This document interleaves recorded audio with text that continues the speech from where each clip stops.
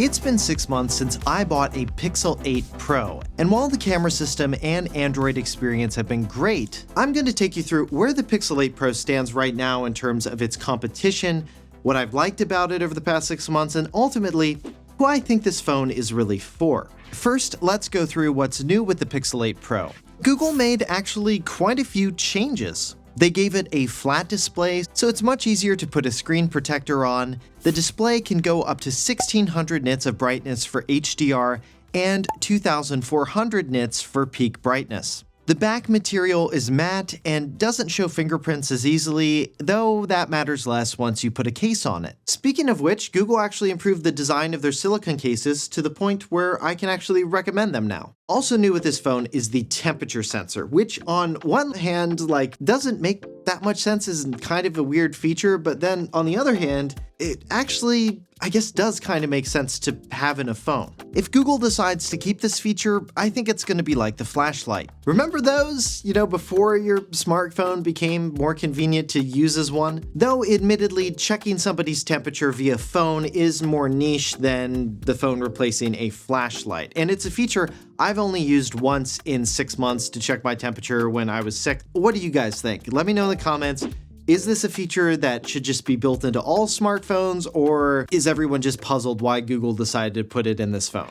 Moving on, the camera system on the phone also got some significant upgrades, like the main camera sensor got a bump with a wider 2.8 aperture that can gather 56% more light, and the ultra-wide now has a close focus distance of 2 centimeters, meaning you can get even better bokeh in the background of macro shots. This is a very good camera system, and the upgrades that it got are actually pretty decent. But if you were expecting this camera system to just blow away all of the other flagships, that is not the case. With things like selfies, I noticed my skin tone looks a bit more pale compared to the other two phones, and this has always been something I've noticed with Pixels and especially on third-party apps like Snap. Its color science for landscapes and street photography is still one of my favorites out there, and while I wouldn't say the Pixel's video quality beats the iPhone or S24 Ultras, it is pretty close and it's still very usable. Where I've seen this camera system struggle a bit is when the sun goes down, which, to be fair, every smartphone camera system is going to struggle more at night. But the Pixel struggles a bit more than other current flagships. Its camera system produced more lens flares at night than the S24 Ultra, for example. Night selfies were a weak spot. Its front-facing camera struggled to get me in focus in multiple shots in multiple locations. Now, one thing that can help boost your videos, especially at night,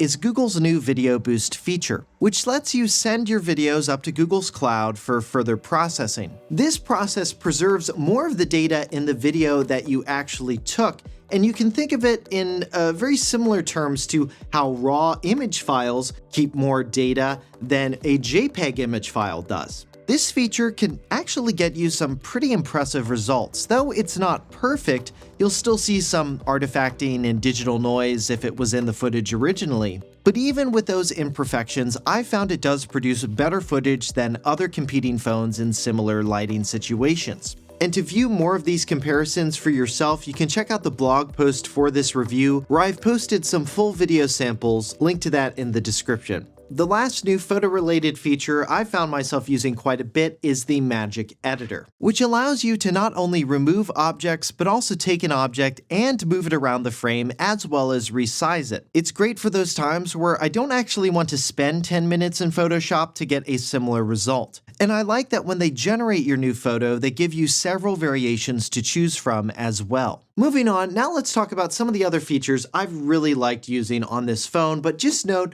these features are not going to be exclusive to the 8 Pro. The first feature I've enjoyed using is Pixel Call Assist, a suite of phone call features. It blocks out so many spam calls, automatically screens calls with the Google Assistant, and in the rare circumstance where I have to talk to someone on the phone, like a customer service agent, it'll stay on hold for me until somebody picks up on the other end. The other thing I think is a big advantage with Pixels is the Recorder app, which not only auto-transcribes pretty accurately, but will also recognize different speakers as well. The other thing I generally like with Pixels is the software experience that you get. Google's Pixel Android launcher is pretty clean, fast, minimal, and while it's maybe not as slick as Nothing OS, the Material You theme still looks great. The only thing I wish Google would do is just force all of the icons on the phone to adopt the Material You theme that you select. There are still too many apps that won't automatically change their design to match the colors that you set. And another great thing about the Pixel launcher is the At a Glance feature, which by default at the top left of the home screen will just show you information like the date and the weather, but say you have the flashlight on, it'll just say, do you want to turn off your flashlight, or if you've got an upcoming flight or calendar event. It just kind of always displays the information you need to know at the right moment. And Pixels, for me, provide one of the best, if not the best, typing experience on any smartphone that I've used. Now let's go through some of the new Pixel 8 Pro features that I haven't found myself using 6 months later. And the first one is actually Best Take. This is a feature that works on any photos in your Google Photos library, where you take a bunch of photos of people, but you just want one photo where everyone is looking at the camera.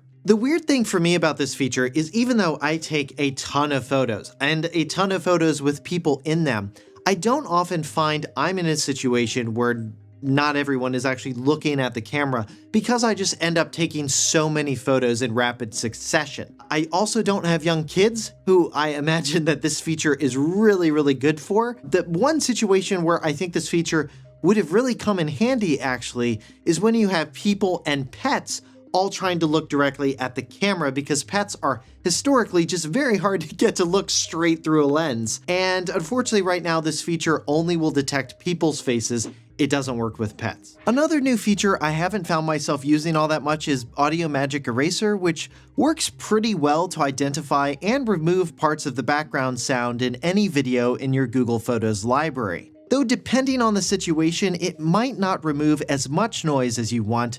The last feature I haven't found myself using is replacing the Google Assistant with Gemini as the phone's assistant. And while it can certainly do things the Google Assistant can't, like create custom images, write emails, posts, etc., the thing I found frustrating with it was for doing things like opening up apps or changing settings, or most importantly, playing music, which I thought was supposed to trigger switching it back to the Google Assistant, which it couldn't even do, making using Gemini pretty much useless, at least in my case. Now, of course, I'm just one opinion.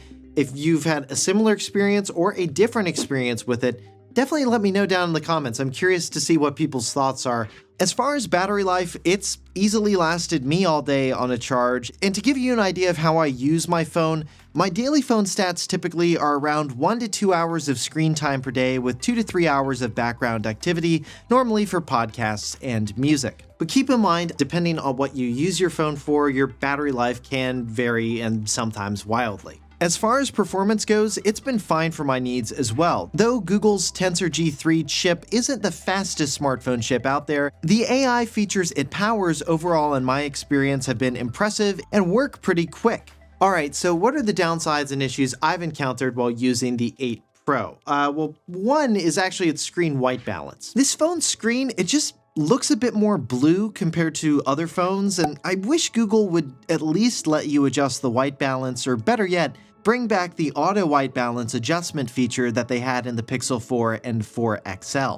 And I'd also like to see Google continue to make the repairability of this phone easier by the user, especially for something like swapping out the battery, now that these phones have been announced to support 7 years of software updates. The other downside, and this is a very slight nitpicky downside, but with the Pixel 8 Pro this year, this is the phone that's marketed to the Google enthusiasts. And this year, this phone has felt a little less like the Google feature exclusive phone. Now, what do I mean by that? Yes, you did get the Magic Editor Best Take in Gemini Nano before anybody else, but Gemini Nano can now be used on other Android phones, and starting on May 15th, the Magic Editor is coming to all Google Photos users, even iPhone users. And Google arguably saved one of its biggest features for Samsung's S24 launch, which is Circle to Search, where you tap the bottom bar and then circle whatever you see on your phone screen to search it. Now, this feature did roll out to the 8 Pro at the same time that I got the S24 Ultra, so